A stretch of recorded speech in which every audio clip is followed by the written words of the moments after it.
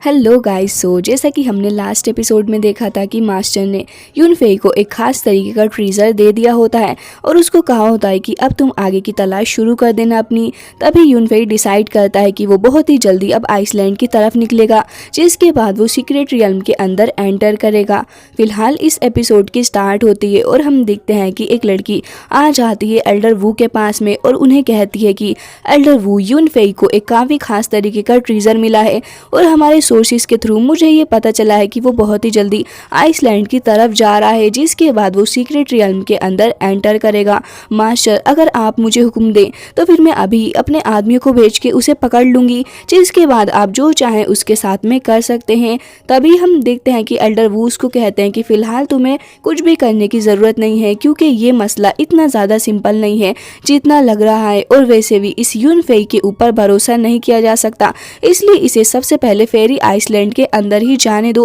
क्योंकि वहाँ पे भी काफ़ी सारे दुश्मन होंगे जो कि इसके पीछे पहले से ही पड़ जाएंगे, जिसके बाद ये लोग आपस में लड़ेंगे और इस वॉर का फ़ायदा हमें होगा। जिसके बाद ये सीन कट होता है और हम देखते हैं यूनफेई एंड टीम को, जहाँ पे वो लोग एबी के ऊपर सवार होके जा रहे होते हैं और फाइनली आइसलैंड में पहुंच चुके थे। तभी वहाँ पे लिंगलोंग कहती है कि मास्टर, आपने ये चीज़ नोटिस नहीं की कि जैसे ही इन लोगों को पता चला कि हम आने वाले हैं, उसके बाद सडनली यहाँ के मास्टर की डेथ हो गई। ये चीज़ तो बहुत ही ज़्यादा अजीब सी लग रही है मुझे। ऐसा लग रहा है कि हम लोग ट्रबल के अंदर फंसने वाले हैं, क्योंकि ये चीज़ जान के भी की जा सकती है। तभी मोंग कहता है कि तुम बिल्कुल सही कह रही हो, ऐसा हो सकता है कि ये लोग एल्डर मास्टर की डेथ का नाटक कर रहे हो ताकि हमें फंसा सकें, और मुझे लग रहा है कि एक बहुत बड़ा डिसास्टर के अंदर हम लोग फंसने वाले हैं। तभी यूनफेई कहता है कि तुम फिक्र मत करो, मैंने सारे सॉल्यूशंस पहले से ही ढूंढ के रखे हैं। जिसके बाद हम लोग देखते हैं कि फाइनली ये लोग अंदर पहुंच जाते हैं, जहाँ पे उस एल्डर मास्टर के दोनों ही सन मौजूद थे उसकी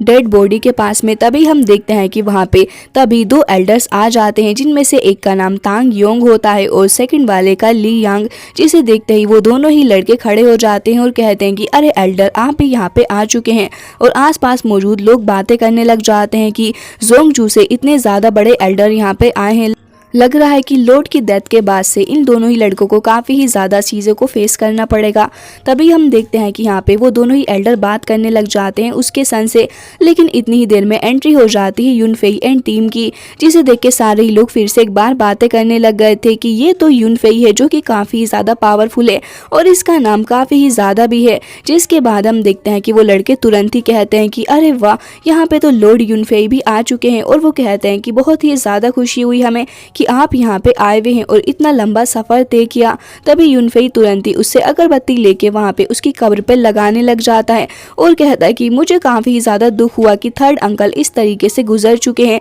और मैं तो उनसे मिलके काफ़ी इंपॉर्टेंट मैटर के ऊपर डिस्कशन करने वाला था, और वो मैटर है इमोर्टैलिटी के पाथ के ऊपर। जैसे ही ये लोग ये सारी बातें सुनते हैं वो बहुत ही ज़्यादा हैरान हो जाते हैं, और ये बात उसने सभी लोगों के सामने की थी, इसलिए सारे ही लोग इस बात को काफ़ी ज़्यादा गौर से सुनने लग जाते हैं। और उन लड़कों में से एक कहता है कि कहीं यूनफेई पागल तो नहीं हो चुका है जो सबके सामने इस तरीके की बातें कर रहा है, कहीं ये लोग हमारे ऊपर ही अटैक ना कर दें। जिसके बाद यूनफेई आगे कहता है कि मुझे लग रहा है कि अब जब लॉर्ड यहाँ पे है ही नहीं तो फिर मुझे जाना होगा। वैसे तुम्हारे फादर ने अपनी डेथ से पहले क्या तुम्हें कोई स्क्रिप्चर दिया था? क्योंकि मेरे मास्टर ने मुझे बताया था कि उसी स्क्रिप्चर के अंदर एक खास तरीके का पैटर्न लिखा हुआ है जिसकी मुझे ज़रूरत पड़ेगी अपने इमोर्टैलिटी के पाथ को कंटिन्यू करने के लिए। जिसके बाद वो लड़का कहता है कि अगर ऐसी ही बात है तो फिर मुझे इन सभी चीज़ों के बारे में पता लगाना होगा, क्योंकि मेरे फादर ने मुझे इस बारे में कुछ भी नहीं बताया है। यूनफेई ब्रदर, आप प्लीज़ जाके हमारे पैलेस के अंदर आराम करिए,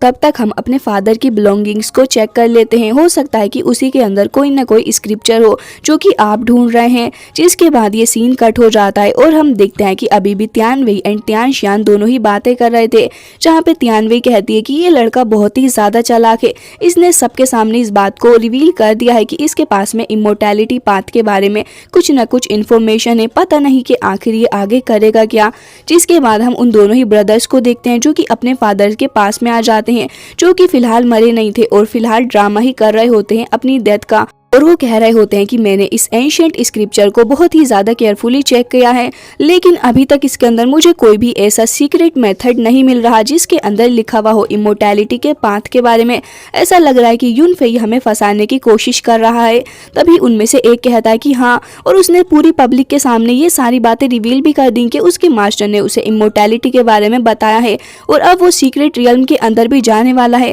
फादर, आप हमें अलाउ करिए, हम उस यून फेई को पकड़ लेंगे, जिसके बाद हम उसे टॉर्चर करके उसके पास में पड़ा हुआ मैप भी हासिल कर सकते हैं, जिससे हम लोग सीक्रेट रियल्म के अंदर चले जाएंगे। लेकिन तभी उसका फादर कहता है कि रुको, तुम्हें ऐसा कुछ भी करने की जरूरत है नहीं, क्योंकि मुझे लगता है कि हमें यून फेई को अभी ऐसे ही रहने देना चाहिए ताकि हमें और भी काफी सारी इंफॉर्मेशन मिल जाए। जिसके बाद डायरेक्ट रात का सीन दिखाया जाता है और हम देखते हैं कि यहाँ पे ये दोनों ही ब्रदर ऑफर करते हैं यून फेई को ड्रिंक। वो तुरंत ही उसे लेके उसको ड्रिंक कर लेता है और कहता है कि आखिर तुम्हें वो स्क्रिप्चर मिला या फिर नहीं। तभी उनमें से एक कहता है कि हाँ ब्रदर, हमें ये स्क्रिप्चर मिल चुका है, और वो तुरंत ही अपने ऊपर एक शील्ड लगा लेता है ताकि कोई भी इन लोगों की बातें ना सुने। और वो कहता है ये लीजिए, हो सकता है कि आपको वो सीक्रेट मेथड इसके अंदर मिल जाए, क्योंकि हमें तो फिलहाल इसके अंदर कोई भी क्लू नहीं मिला है। तभी यून फेई उससे वो ले लेता है और अपने फर्नेस को समन करता है, जिसके बाद वो तुरंत ही उस फर्नेस के अंदर उस स्क्रिप्चर को डाल लेता है। और हम देखते हैं कि यहाँ पे काफी सारी स्पिरिचुअल एनर्जी रिलीज होती है,